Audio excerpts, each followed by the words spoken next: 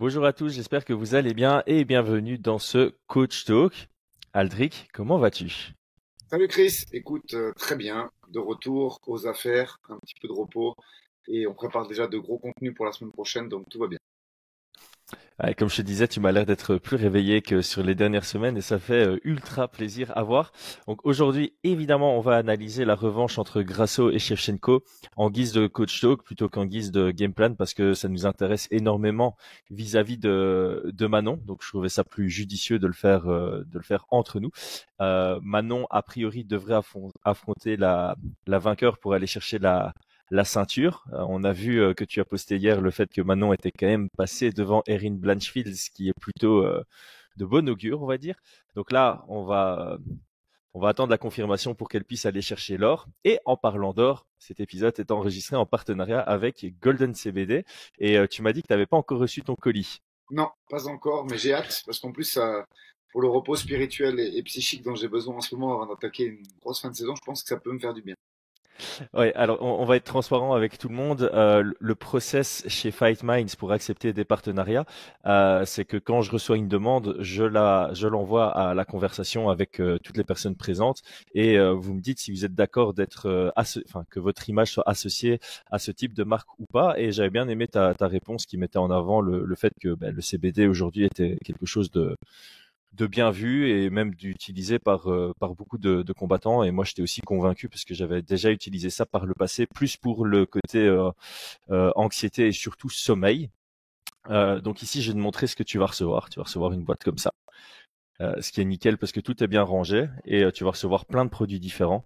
Il y a du thé, il y a des feuilles, il y a des gélules, il y a des bonbons, il y a de l'huile.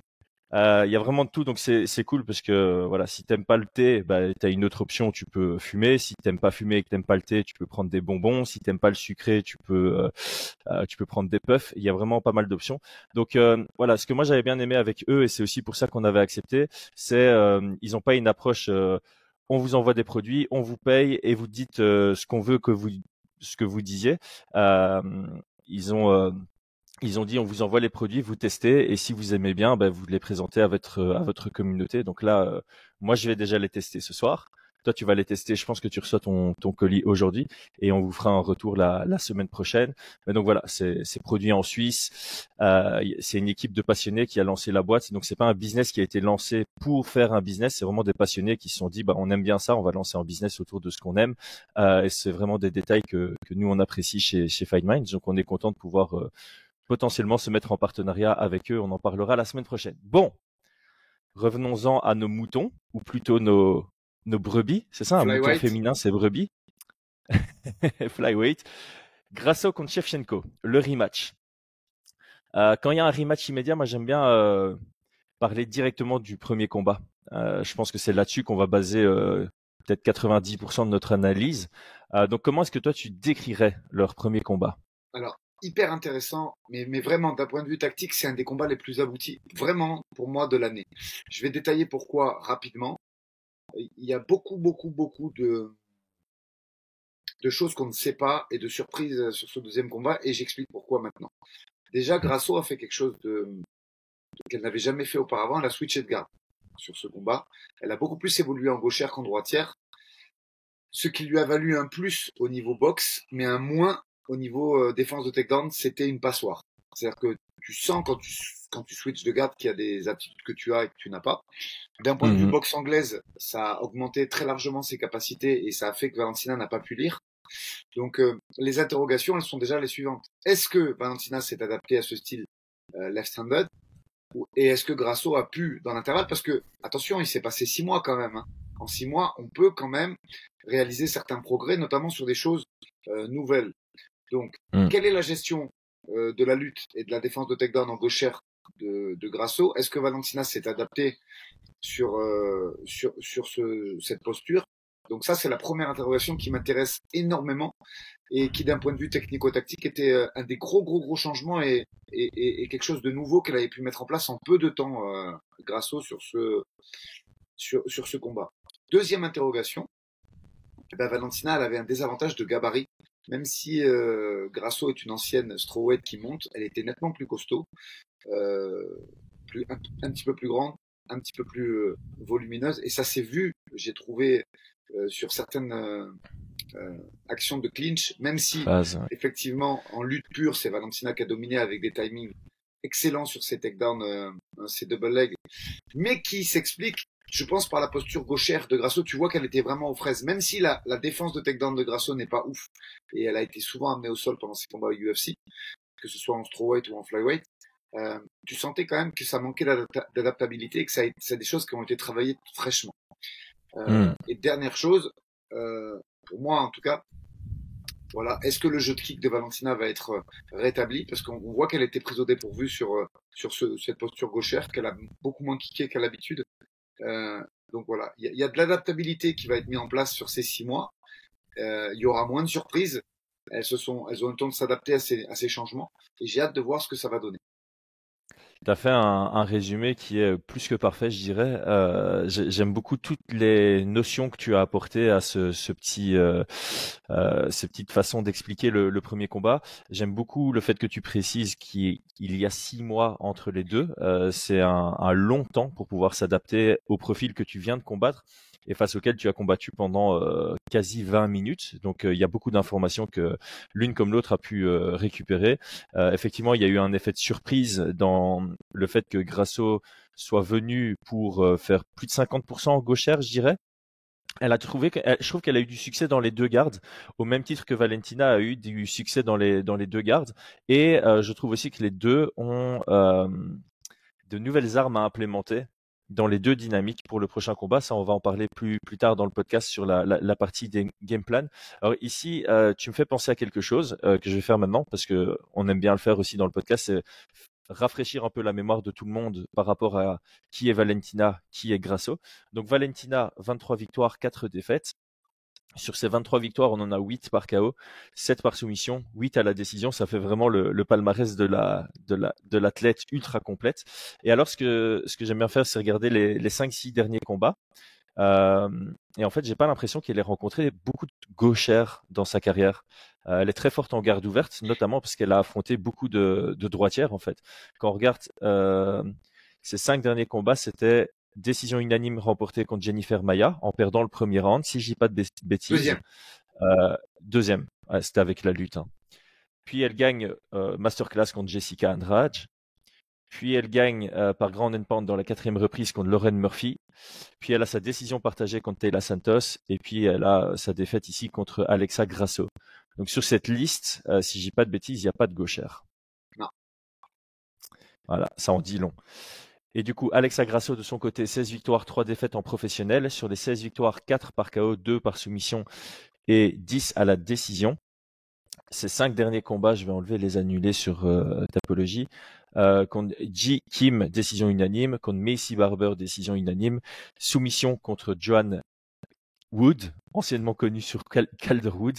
Ensuite, victoire à la décision unanime contre Arrojo. Et puis la victoire surprise contre Shevchenko.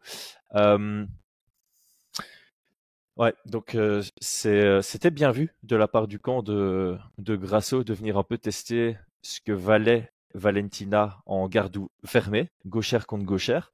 Là, je me pose quand même une question. Est-ce que Grasso travaillait déjà en gauchère depuis longtemps et puis se dit je vais sortir ça en combat quand ce sera un élément de surprise, ou est-ce qu'elle avait travaillé juste pour le training camp contre Valentina Shevchenko? J'espère qu'on est dans le deuxième cas de figure. Parce que ça veut dire qu'en 6 mois, elle peut encore beaucoup progresser. Parce que si on est dans le premier cas de figure et qu'elle travaille ça depuis longtemps, je ne crois pas que sur les 6 derniers mois, il y aura beaucoup d'éléments nouveaux ce samedi. Donc, je vais prendre le fil conducteur habituel. Les cotes de Paris sur une Unibet, c'est 2,35 du côté de la nouvelle championne, 1,56 du côté de la nouvelle challengeuse, Valentina. Donc Grasso est underdog à 40%. On donne 60% de chance de gagner du côté de Valentina.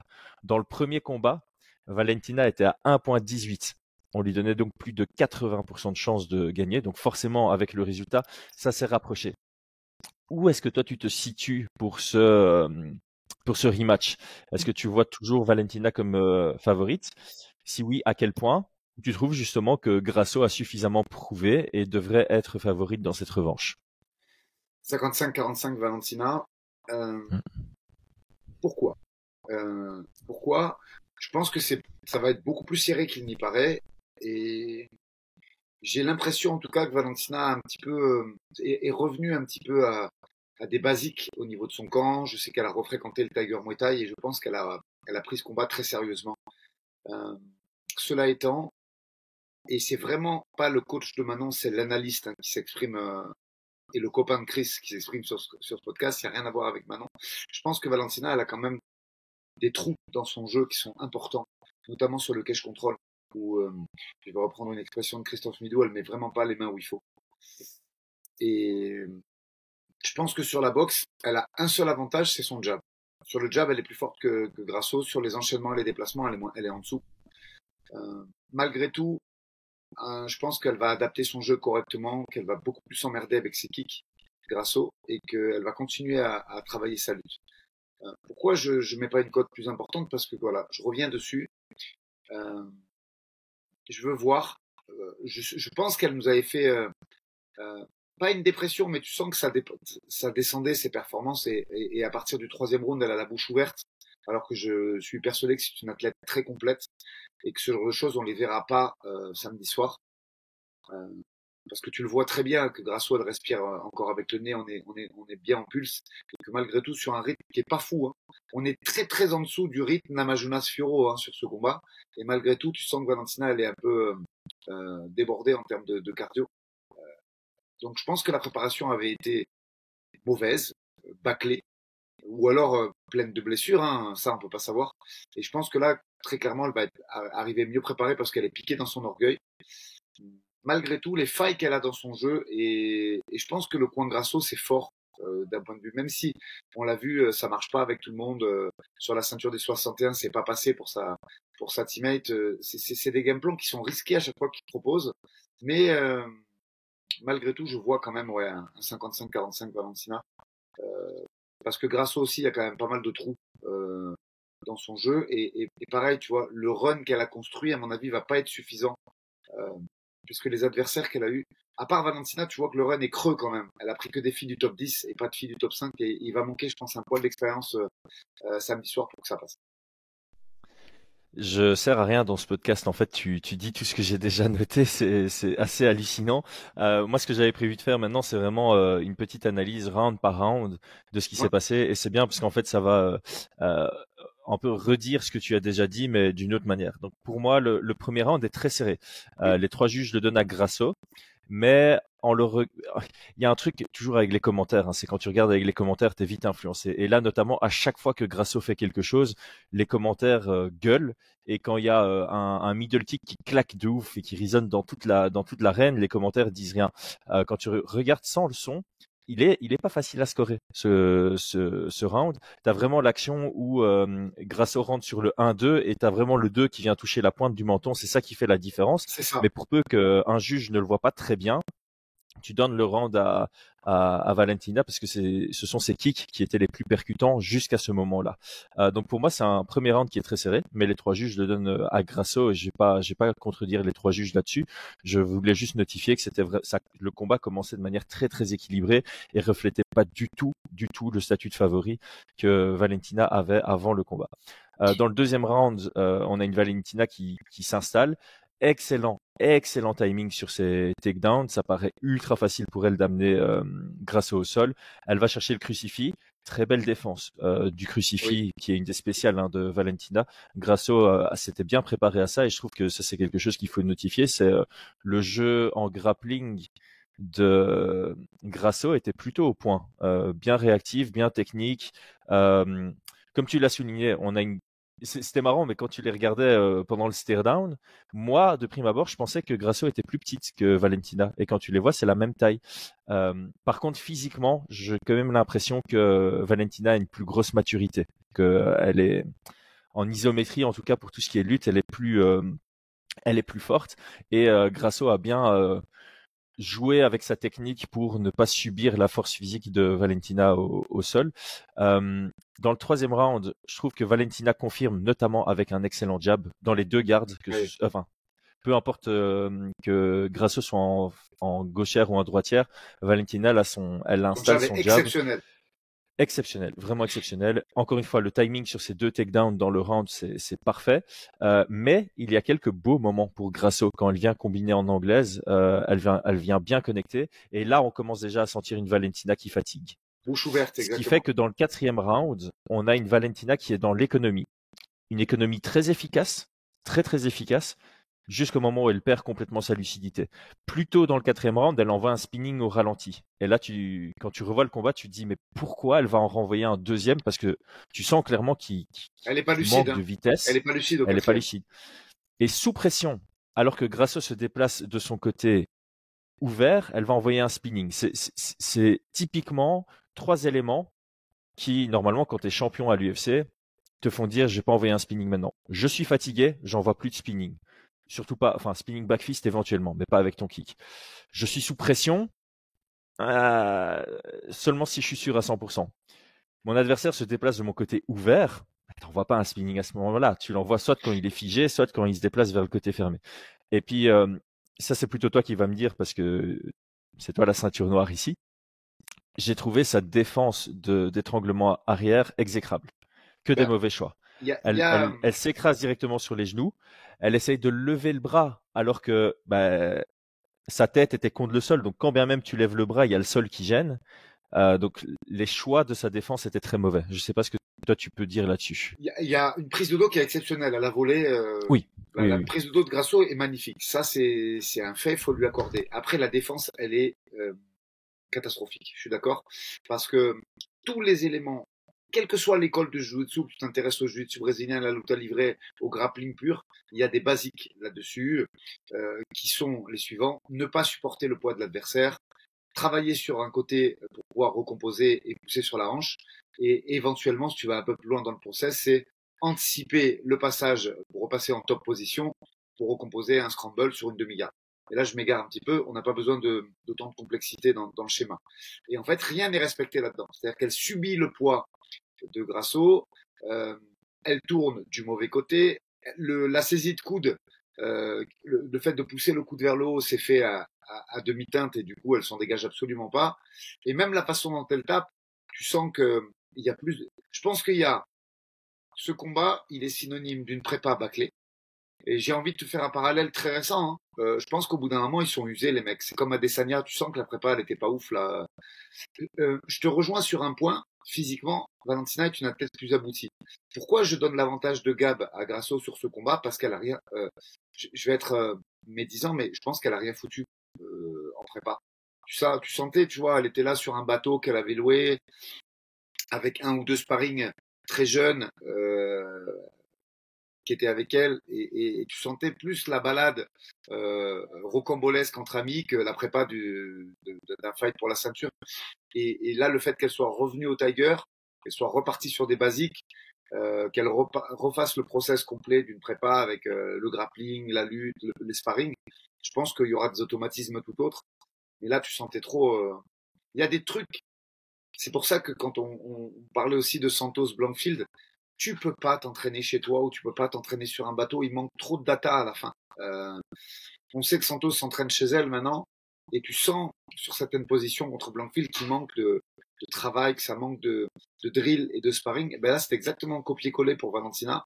S'entraîner sur un bateau que tu as loué et faire le tour des States via une rivière, c'est un truc que tu fais en amoureux pour tes noces d'argent, ou quand tu viens de te marier, tu vois, tu fais pas ça pour préparer un fight et du coup, il y a rien qui allait. Je veux dire, elle est talentueuse, donc son timing de takedown, j'ai envie de te dire, c'est dans son ADN, c'est sorti tout seul.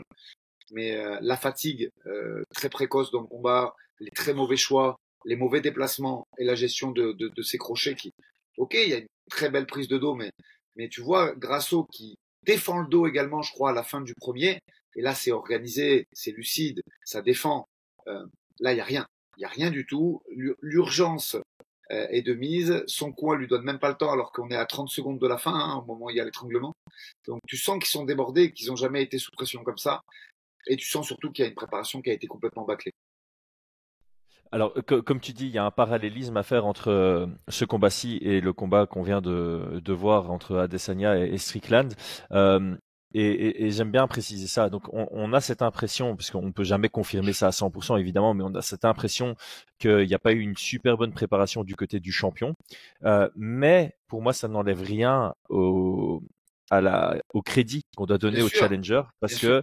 que le challenger est venu ultra préparé, que ce soit pour Grasso ou pour Strickland, ultra préparé, avec une vraie envie de gagner.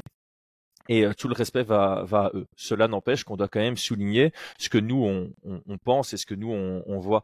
Et c'est quelque chose, je pense, que Georges Saint-Pierre avait dit plus d'une fois, c'est que en tant que champion, tu as une pression constante, que ce soit à tes entraînements, que ce soit en combat ou que ce soit dans la vie de tous les jours. Tu es une personne avec une cible sur ton dos. Et quand tu es champion depuis longtemps, je trouve que ça se ressent chez beaucoup de champions dominants. On a vu un John Jones qui n'avait pas préparé son premier combat contre Gustafsson. On a vu un John Jones sur ses derniers combats en Même light Reyes, heavyweight.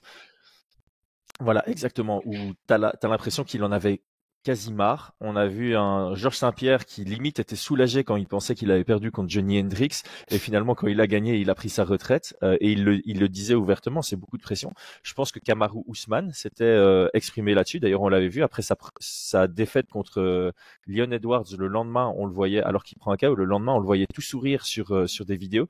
Tu sens qu'il y a une pression qui tombe comme ça. Euh, donc pour Shevchenko, j'ai l'impression qu'il y avait un peu aussi cette petite lassitude sur ces deux derniers combats. Quand tu regardes Taylor Santos, elle nous sort pas un gros combat. Alexa Grasso, tu sens qu'elle mise sur ses compétences, mais qu'elle n'était pas aussi bien préparée que sur son run dominant. C'était plus le même visage.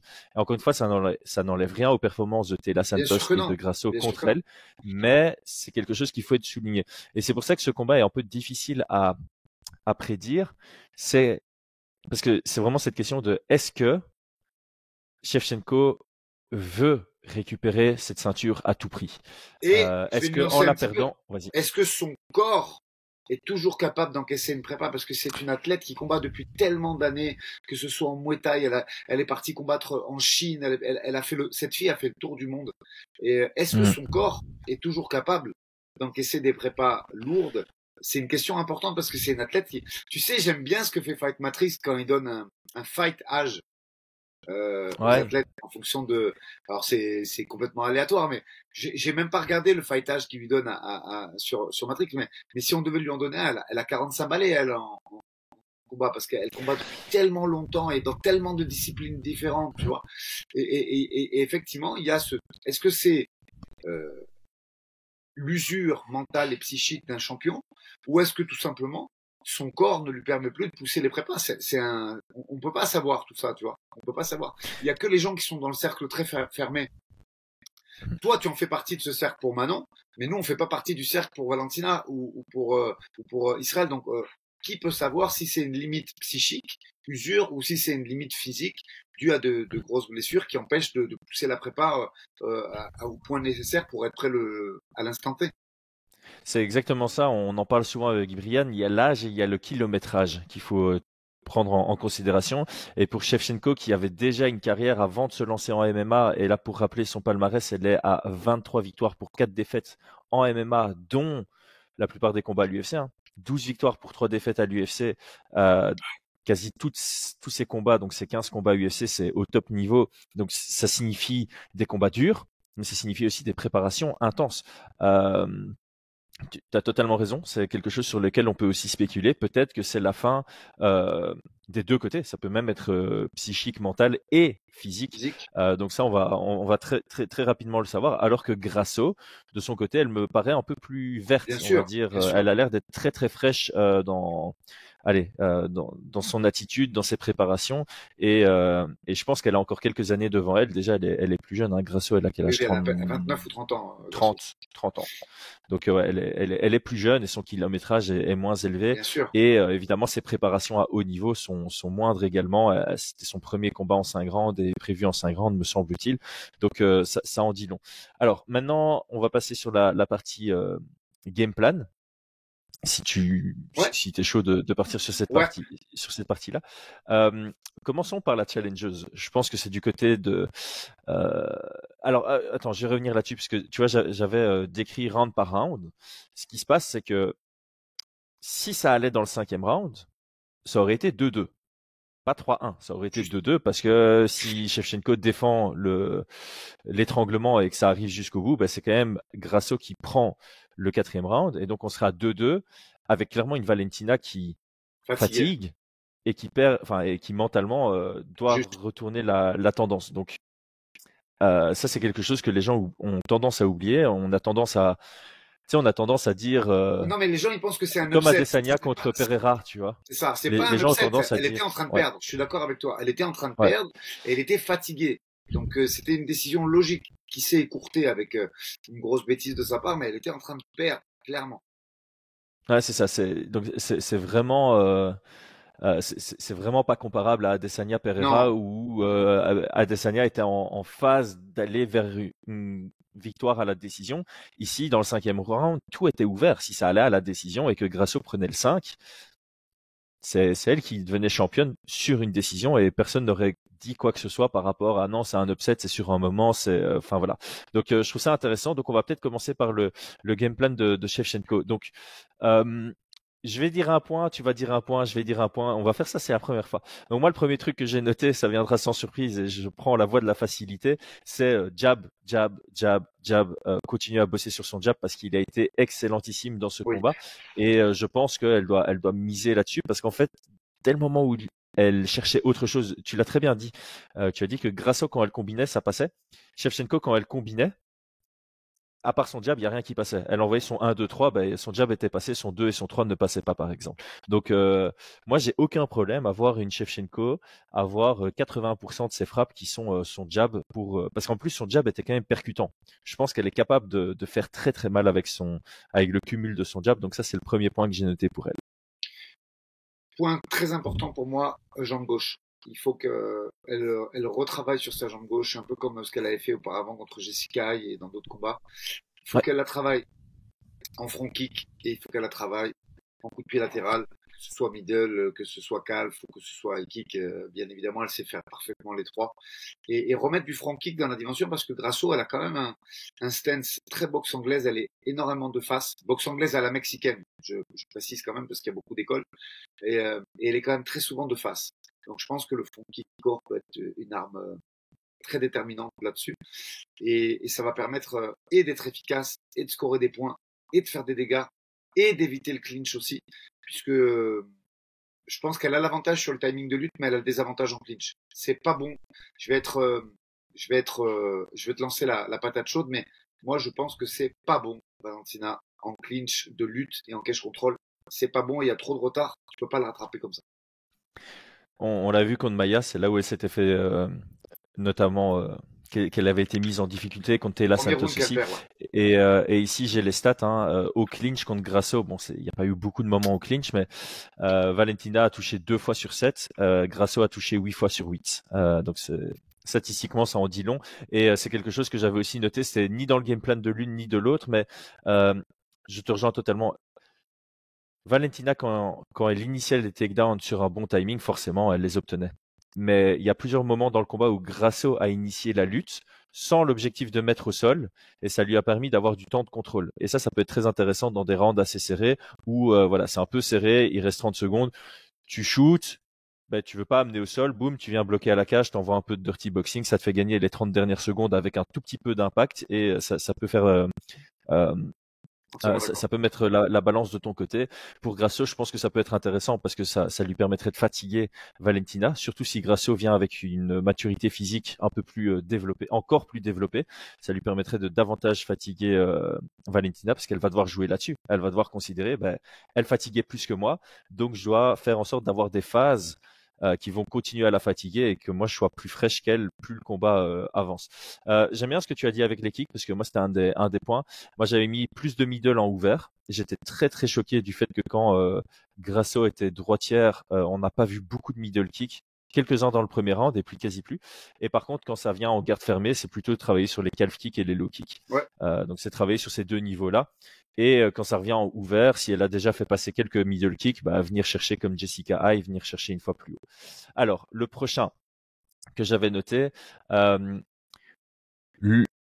lutter, forcément, ça a bien fonctionné pour elle, donc lutter sur un bon timing, mais quand ça arrive au sol, d'abord stabiliser. Je pense qu'au début, elle cherchait trop à prendre une position intéressante, et comme Grasso, tu vois, quand elle est au sol, elle attaque directement, elle cherche à créer le scramble, elle cherche à recomposer une garde, elle est super active. Et si toi, en même temps, tu es en train d'essayer de passer une garde et que l'autre, elle est en train d'essayer de recomposer, c'est un peu une lutte. Et comme techniquement, Grasso me semblait être plus propre, ça lui permettait chaque fois de gagner cette bagarre dans les scrambles. Je pense que ici, Valentina, elle doit chercher à amener au sol et tout bloquer. Tout Ben, bloquer pendant que Grasso, voilà, elle essaye ses trucs et une fois que Grasso arrête d'utiliser de l'énergie pour techniquement reprendre une position plus intéressante, c'est là où tu commences à attaquer. Mais mais c'est d'abord lutter pour stabiliser. elle a déjà fait ça. Mais en fait, là, contre Grasso, tu sentais elle voulait brûler les étapes, en fait. Elle a fait tomber, elle voulait tout de suite prendre prendre le passage de garde, faire le, le, le, le passer en croix, faire son crucifix.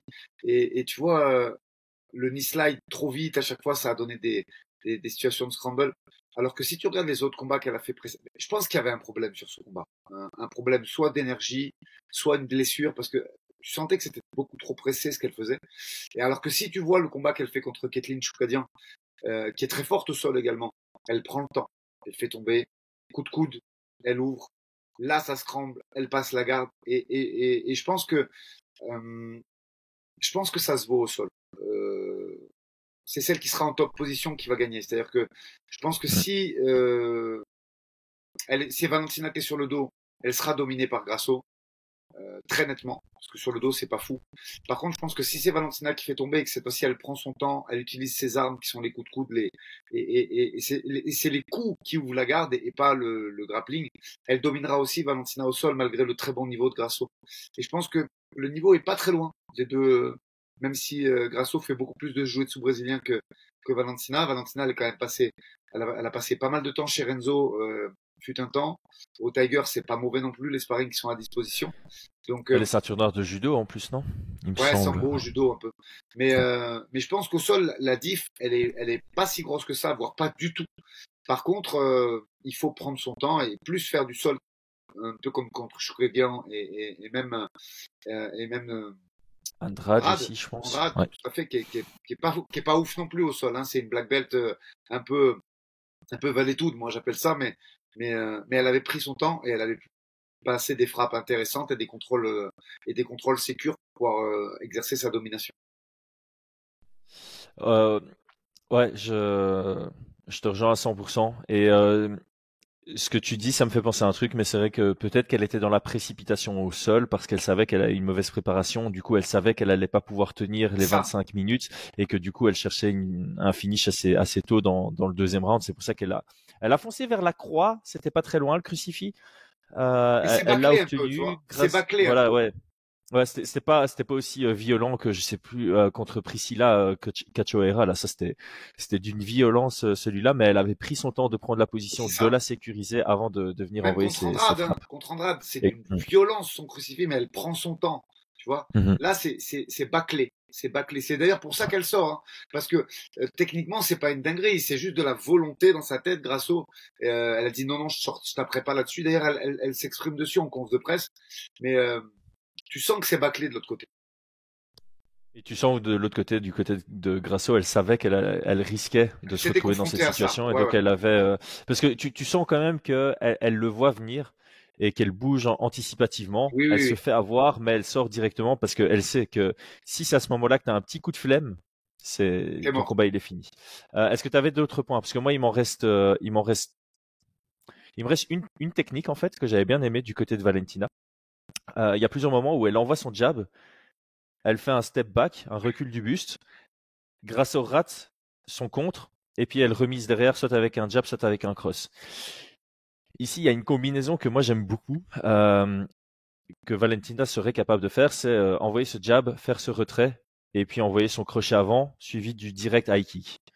Ça pourrait passer. Bon, c'est ultra spectaculaire, c'est peut-être un peu risqué, mais vu à quel point son jab, retrait, crochet est passé, je pense que si derrière elle remise encore avec un direct et un high kick qu'elle va chercher bien loin pendant que Grasso recul, il y a moyen de mettre un KO comme ça. Non J'aime bien mais toujours avoir une combinaison que tu as en tête et que tu essayes d'utiliser pendant le combat quand tu es à l'aise dedans. Mais je te rejoins sur ça, c'est-à-dire que il faut que le combat il soit séquencé en des plein de petits moments.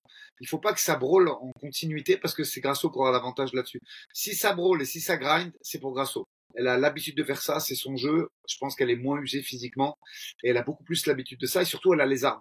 Valentina, malgré tout, je te dis, je remets en avant cette faiblesse dans le cage control et dans les séquences de clinch hors Muay Thai. Et donc c'est à elle de séquencer le combat pour que ce soit jab, temps d'arrêt, ou jab kick, ou jab clinch de Muay Thai. Et il faut pas que l'autre derrière elle puisse apporter de la plus-value et des enchaînements parce que c'est là que tu verras que Valentina sera débordée. Il faut qu'elle arrive à séquencer ce fight en se servant de son jab et quand ça rush trop dans la poche, il faut lutter. Et quand ça réagit pas, on fait un travail de destruction avec la jambe gauche ou effectivement avec les enchaînements d'anglaise sur désengagé, step back et ce genre de choses. Mais si elle séquence le combat, elle gagne. Si elle se laisse emporter dans une continuité alors, c'est pas le bon terme, brawl, parce que elle est quand même très technique, Grasso en boxe anglaise là-dessus, et est capable de produire beaucoup. Mais en tout cas, si ça part sur des enchaînements de 4-5 coups, ce sera pas sur Valentina, parce que sur les appuis, tu sens un peu plus de rigidité, type un peu Muay Thai, et elle a besoin, elle, d'avoir des appuis nets pour frapper, alors que Grasso, elle est capable d'avancer en combinant, tu vois. Sur tout ce qui est jeu vers l'avant, Grasso, elle aura un très net avantage, à mon avis. Ah, je te rejoins à 2000% pour moi. Shevchenko, c'est plus quelqu'un qui est capable de contrer avec une single attaque. Elle va contrer avec une seule C'est frappe ça. et qui est capable d'engager sur des combinaisons, mais s'il n'y a pas de mouvement dans la C'est combinaison. ça. Si c'est très Muay Thai, en fait, c'est Ouais. vraiment piquet contre piquet. J'engage, tu engages, j'engage, tu engages. Là-dessus, elle est très forte. Mais par exemple, face à une Grasso je pense que ça, c'est quelque chose que Grasso va devoir ajouter à son jeu parce qu'elle a déjà fait dans d'autres combats, c'est travailler en shift.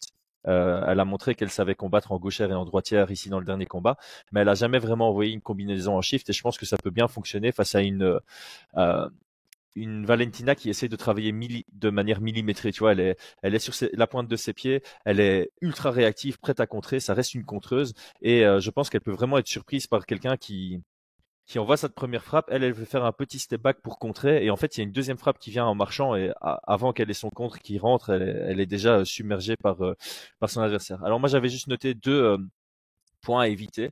Euh, j'ai mis pas de spin en contre, pas de spin 2 à la cage et pas de spin sous la fatigue. Ça me paraît clair, mais pour moi, ça doit faire partie des... Étant donné que c'est ancré dans ce qu'elle fait et elle le fait très bien, je me rappelle de son spinning wheel kick en contre Holly Holm, c'est tellement beau, c'est tellement beau, mais elle doit essayer d'éviter ça parce que Grasso sera préparé par rapport à ça.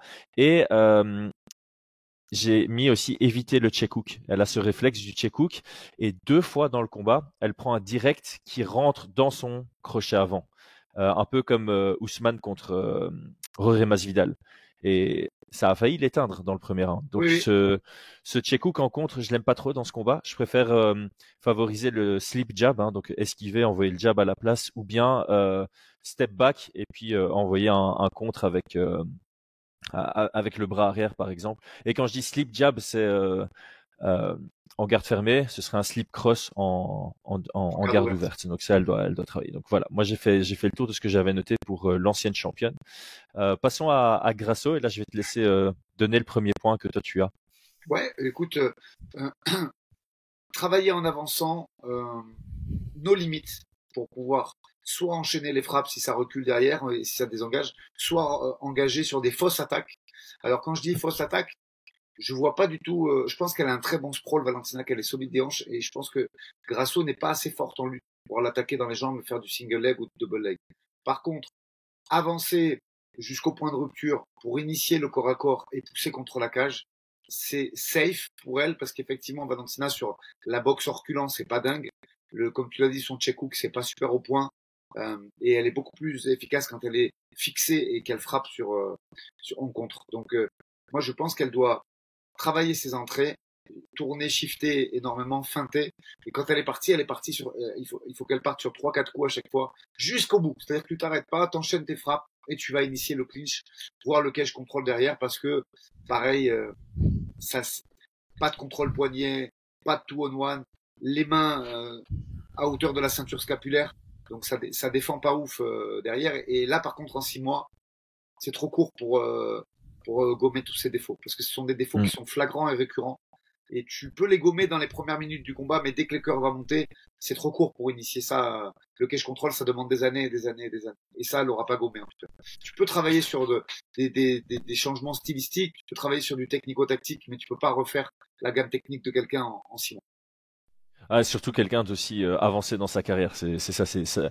Quand quand tu as des rematchs à 6 mois sur des championnats UFC, bah, c'est pas là où tu vas avoir une totale haute différence, un nouveau profil. C'est C'est là où ça, tu vas voir des beaux des ajustements. ajustements potentiellement, voilà, des nouvelles techniques, une nouvelle approche du combat. C'est là-dessus que tu dois jouer. Tu dois prendre les forces de ton athlète et essayer de les peaufiner par rapport à ce que tu as vu dans le combat numéro un. C'est bien parce que ici, je vais lire ce que j'avais noté.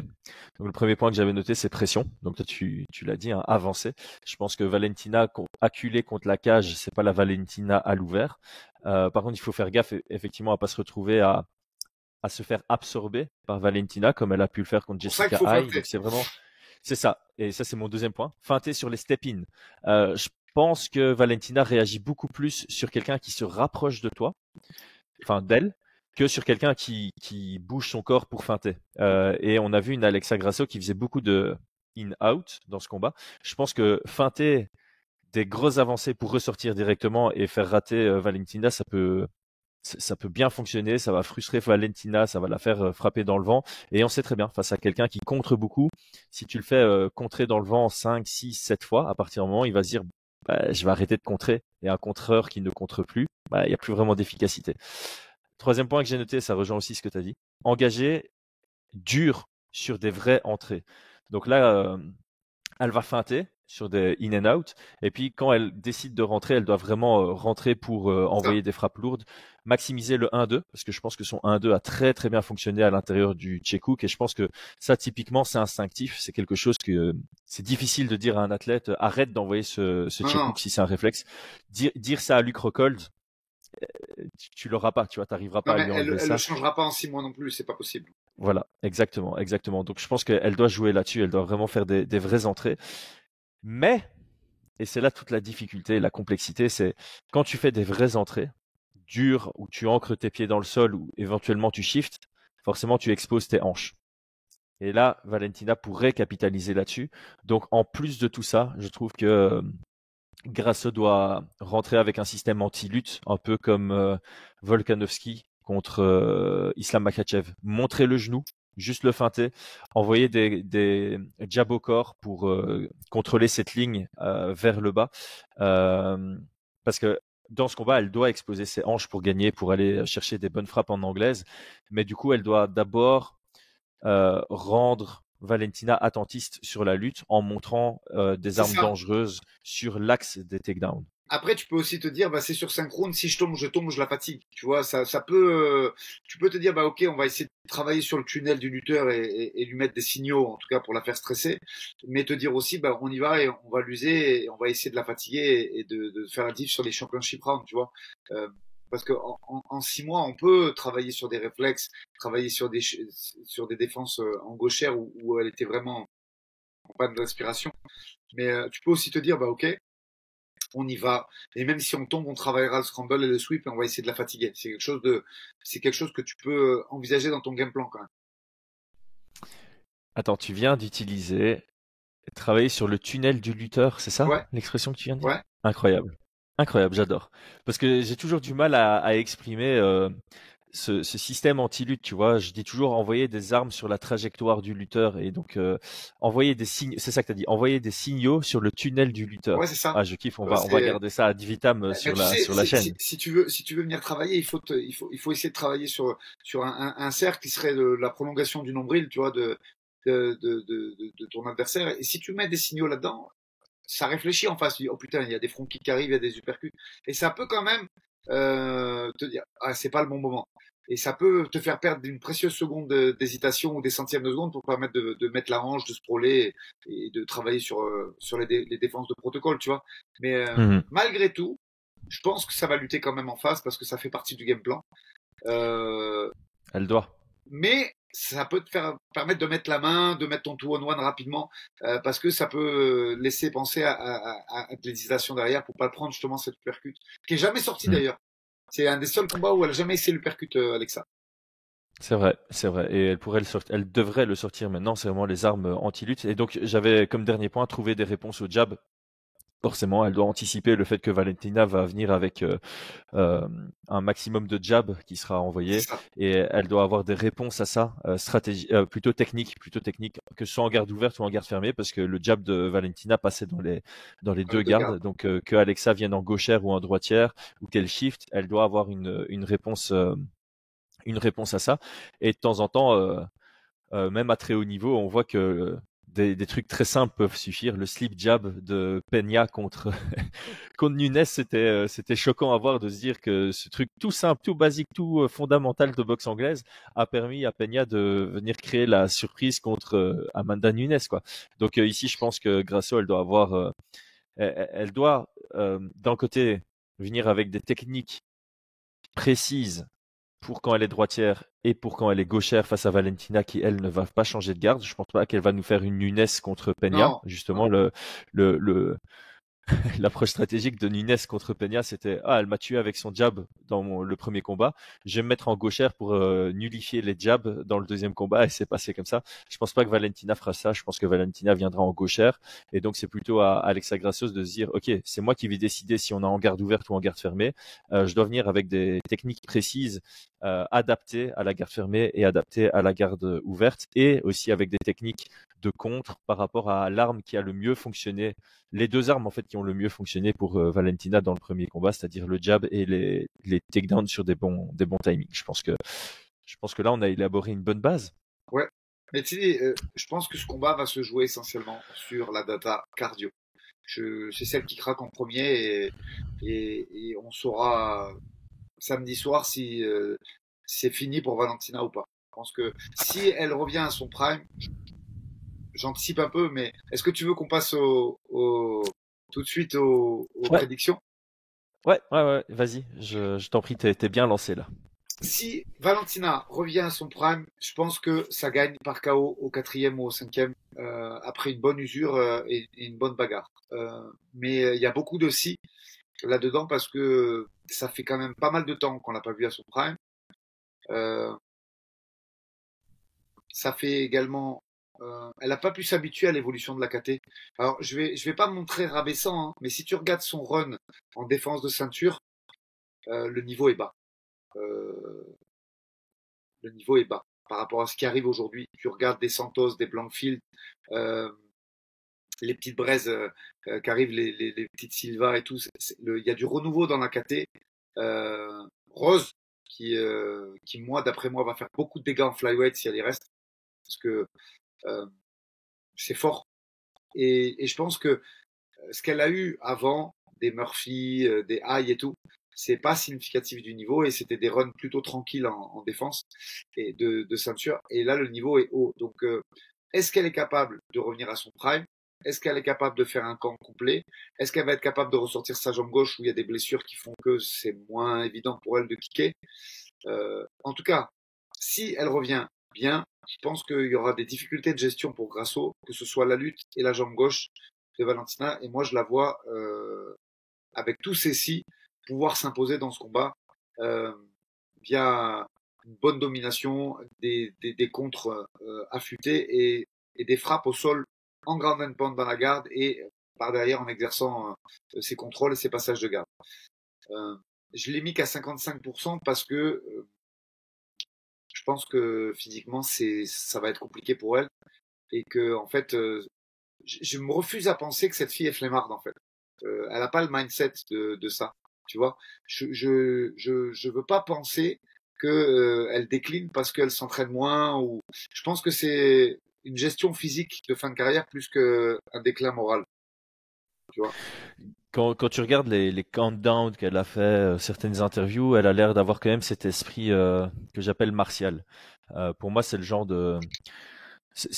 d'athlète qui, même si on lui dit tu vas plus combattre pendant 2 ans, elle va continuer à s'entraîner, à Ah, chercher à progresser. Elle a un vrai amour pour le sport. Donc je pense elle est passionnée, elle est curieuse, elle a envie de progresser, elle travaille, elle travaille, elle travaille. Mais moi, la façon dont je spécule sur la situation, c'est vraiment cette pression de champion qui pour moi est très difficile à gérer et qui peut peser et qui peut forcer euh, de t'amener vers une lassitude parce qu'il y a l'amour du sport que tu peux avoir et vouloir progresser sur l'aspect martial et puis tu as la progression sur l'aspect compétitif et pour moi c'est deux chemins qui sont pas ensemble. Progresser sur l'aspect martial, ça va pas être te challenger tous les jours, être dans le mal à l'entraînement, aller pousser ton cardio au plus loin, c'est juste progresser sur tout ce que t'aimes. Et elle, ça me semble être l'aspect technique, propreté technique, timing. Et je pense qu'avec la pression de la ceinture, d'être la championne dominante, etc., euh, la motivation a commencé à baisser. Mais c'est pas qu'elle a perdu l'amour pour le sport, c'est qu'elle a peut-être perdu un peu l'amour pour la compétition. Et c'est ça que j'ai ressenti dans ces derniers combats, c'est que ouais, elle était moins fit, elle était moins prête à aller dans le mal. Quand tu la vois contre Taylor Santos et qu'elle est dans le mal, tu sens pas cette rage de vaincre que certains champions ont ou qu'elle a pu avoir par le passé. Et donc c'est là-dessus que j'y mets ma crainte. Et c'est là-dessus où pour moi il y a toute la question de est-ce que maintenant qu'elle a perdu la ceinture, elle se dit, ah, il y a des désavantages à être championne par rapport à la pression que ça peut être, mais ça reste qu'une petite partie de ma vie et c'est maintenant que j'en en profiter, donc je reviens pour prendre cette ceinture à tout prix. Et est-ce qu'elle a encore le, comme tu Je suis dis, d'accord. le physique pour revenir dans ce type d'entraînement? Et j'espère que oui, parce que là, je vais être d'accord avec toi. Moi, je pense que si on a une Valentina Prime ou bon, Pas quasi loin. Prime, mentalement Prime, on est pour moi sur du 70-30. Je pense qu'en termes de compétences, euh, Valentina a prouvé encore dans le premier combat que dans ses grands moments, elle est très forte. Tu vois, ce jab était tellement beau. Si elle sort cette jambe arrière, je pense qu'elle aurait bien plus dominé. Si après ses takedowns, elle vient stabiliser derrière et qu'elle n'est pas dans la précipitation parce que si elle a confiance en sa préparation et qu'elle se dit je peux tenir les 5 rounds, je pense qu'elle l'aborde de manière différente et qu'elle domine C'est ça. davantage. Et du coup, son spinning en manque de lucidité, il n'arrive pas. Alors je sais qu'avec Desi, on refait tout, mais je pense sincèrement que voilà, une Valentina qui revient comme on a pu la connaître contre Andrade, par exemple, euh, elle est largement favorite. Mais c'est difficile de spéculer là-dessus parce que si on a une Shevchenko qui est sur la même comment on dit, la même tendance que ces trois quatre derniers combats, je te rejoins sur le 55-45, voire même en 50-50 parce que Grasso, comme on le dit souvent, maintenant elle a un nouveau statut. Elle a le statut de championne. Elle doit confirmer, elle doit valider. Elle va venir avec une mentalité de ouf et il faut pas oublier qu'elle est mexicaine aussi. Et d'un point de vue comme on dit là-bas, c'est John qui arrête pas de me répéter ça, je vais pas prendre du crédit. La grinta, c'est quelque C'est chose ça. qu'ils ont Non mais les attends, Mexicains, et donc ça c'est des pourcentages qui se rajoutent du côté de de de Grasso, mais Grasso. je suis d'accord avec toi. Elle vient de goûter à la vie de championne. Elle va goûter à son premier pay-per-view. Ah non, elle n'a pas le pay-per-view là parce que c'est un fight night. Mais elle sait que la suite peut être financièrement très intéressante pour elle. Est-ce que tu penses qu'elle va laisser sa place comme ça? Elle arrive mentalement, elle est à bloc. Maintenant, on verra le. Parce que 6 mois, c'est bien pour se mettre sur pied, mais la vérité, c'est pas ça. C'est que c'est les 3 dernières années qui comptent, tu vois, au niveau entraînement Hmm. et tout. Donc, samedi soir, on va voir l'état des 2 dernières années, 3 dernières années d'entraînement de Valentina, de l'usure qu'elle peut avoir et de ce qu'elle a pu faire. Et, et on aura le résultat à ce moment-là, mais c'est vraiment quasi impossible, à moins d'être dans le cercle fermé de Tchevchenko et de connaître son dossier médical et la qualité de ce camp, et même des autres, des camps, des 3 derniers camps, tu peux pas faire une spéculation précise, parce que, je te dis, cette jambe, elle est beaucoup plus préoccupante qu'il n'y paraît, la non-utilisation de cette jambe gauche et le cardio. Hmm. Ça, c'est des trucs qui, alors le cardio, à voir. Est-ce que c'est parce qu'elle avait jamais été vraiment dans le mal? Est-ce que, mais bon, même contre Nunes où elle est dans le mal, tu sens qu'il y a de la réaction physique, tu vois, quand elle Hmm. avait pris Nunes par 2 fois et qu'elle a le cardio pour continuer sur du rythme. Donc à voir, je sais pas. Là vraiment, c'est vraiment pas pour hyper encore plus. Moi, je suis très très hypé par ce combat parce qu'il y a beaucoup d'interrogations parce que nous-mêmes on est concernés par ça, parce qu'il y a la suite pour Manon, et je suis persuadé qu'on aura à faire face à la gagnante premier trimestre 2024, ou peut-être à la fin du premier trimestre, mais voilà, beaucoup de hype. Si tu me demandes mon avis, moi j'aimerais bien qu'on fasse. Je pense que Valentina, elle en a pour. C'est sa dernière année, quoi qu'il arrive. Qu'elle gagne ou qu'elle perde, c'est sa dernière année. Donc égoïstement, moi je rêve de Shevchenko Fiorot depuis que maintenant elle a signé à l'UFC. Donc j'aimerais bien que ce soit maintenant qu'il la mette à la retraite en fait. Je trouverais ça un beau Mais en passage fait, de témoin, tu vois. c'est, je crois que c'est ça que tu dois souhaiter parce qu'en fait, tu dois partir du principe que voilà, avoir Shevchenko sur ton record, déjà, ça installe un peu ta legacy, comme on dit. Euh, et en plus de ça, Grasso, elle va revenir. Donc, si Grasso perd la ceinture ici, tu sais qu'à un moment, Mais elle va oui, remonter au top parce que c'est là où est sa place. Je crois qu'elle progresse encore. Et donc, clairement, je pense que pour toi, devoir choisir, bah, tu préfères avoir Shevchenko maintenant, c'est prendre la ça. ceinture à Shevchenko et puis devoir défendre plus tard contre Grasso. Parce que si tu vas prendre la ceinture à Grasso, Je pense tu qu'elle arrête rencontreras Valentina. pas Shevchenko. Moi je pense que Valentina, Voilà. elle pose les gants dans la cage si elle perd samedi soir. Ouais. Je pense aussi parce que qu'est-ce qu'elle va faire? Elle sera à 2-0 contre Grasso. Donc d'office, elle va devoir revenir sur des combats qui sont pas pour le titre. À son âge et à son kilométrage, revenir, et comme tu l'as dit maintenant, avec un top de la division qui a un autre profil que ce qu'il y avait par le passé, je pense pas, et j'espère que non, je vois pas Shevchenko faire une fin de carrière comme Anderson Silva. Je la vois pas traîner Je suis dans le d'accord. ventre mou du classement. Je crois que si elle perd là, elle dépose les gants. Si elle gagne, elle cherche à défendre pour vraiment solidifier et elle dépose les gants après Ouais, je pense que une 2024, éventuelle. c'est sa dernière année, quoi qu'il Ouais. arrive. Pour moi, il en reste deux. Voire même, attends, pourquoi pas une retraite. Alors moi, perso, je serais pas fan du scénario, mais t'as vu ses Ah, en déclarations quand même. Hein. bantamweight. Elle a dit, je mets tout. La seule déclaration qu'elle a fait, c'est elle a dit, je mets tout pour samedi soir. Imagine, elle gagne et elle pose les gants. On serait très frustré, mais c'est un scénario dont il faut parler. Il est envisageable. Il est envisageable que samedi Au, soir, elle pose les gants aussi en cas de victoire. au même titre qu'elle peut, enfin maintenant que la division bantamweight est ouverte avec le départ de Nunes, elle pourrait très bien se dire, ok, je gagne, je vais Je gagne chercher et je le monte. statut de Ouais, ouais. double champ. Et Elle peut donc faire ouais, un dernier, elle peut faire un dernier à 61 derrière où elle est liquide, hein, parce qu'en plus, tu as vu que Bueno Silva va prendre une petite suspension pour un produit. Alors, apparemment, c'est pas du dopage, mais c'est un produit qui nécessite soit un avertissement, soit une suspension de 6 mois. Donc, Bueno Silva out jusqu'en 2024. Pourquoi pas y a Pennington qui est dans les starting. Il y a Peña, mais va savoir. Pourquoi pas un Peña Shevchenko derrière si elle, en dernier hmm, combat, un peu comme l'a fait Georges, si ça passe comme ça. Il y a plein de possibilités. Et pour ça on va regarder nous la suite avec grande impatience. évidemment, évidemment. Et je vais clôturer peut-être sur. T'as donné ton prono finalement ou t'étais comme moi dans la l'ultra spéculation? Moi, j'ai dit Valentina Prime KO4. Ok, moi je vais mettre. Euh,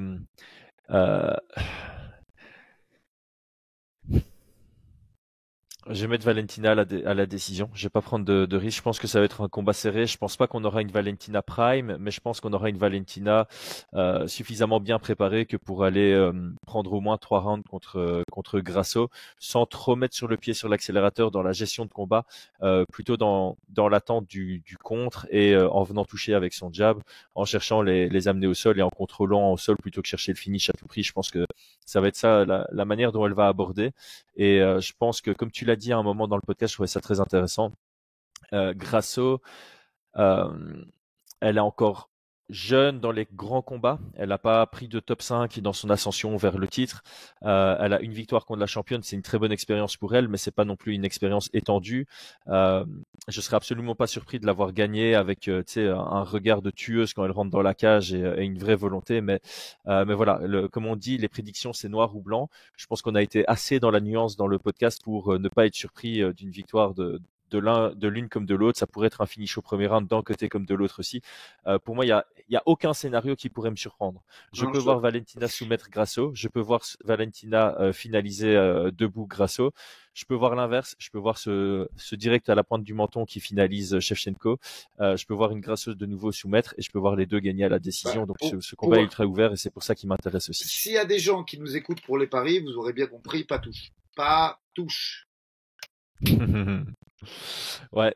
même si tu es toujours tenté, moi j'avais fait ça pour Nunes contre Peña, la revanche. Je m'étais dit, c'est la première fois qu'on a Nunes avec une cote pareille. Et ici, c'est la première fois qu'on a Shevchenko à 1.5 ou au plus qu'à 1.5. Donc ça reste hésitant. Mais tu as toujours ce truc de tu dois spéculer pour te positionner.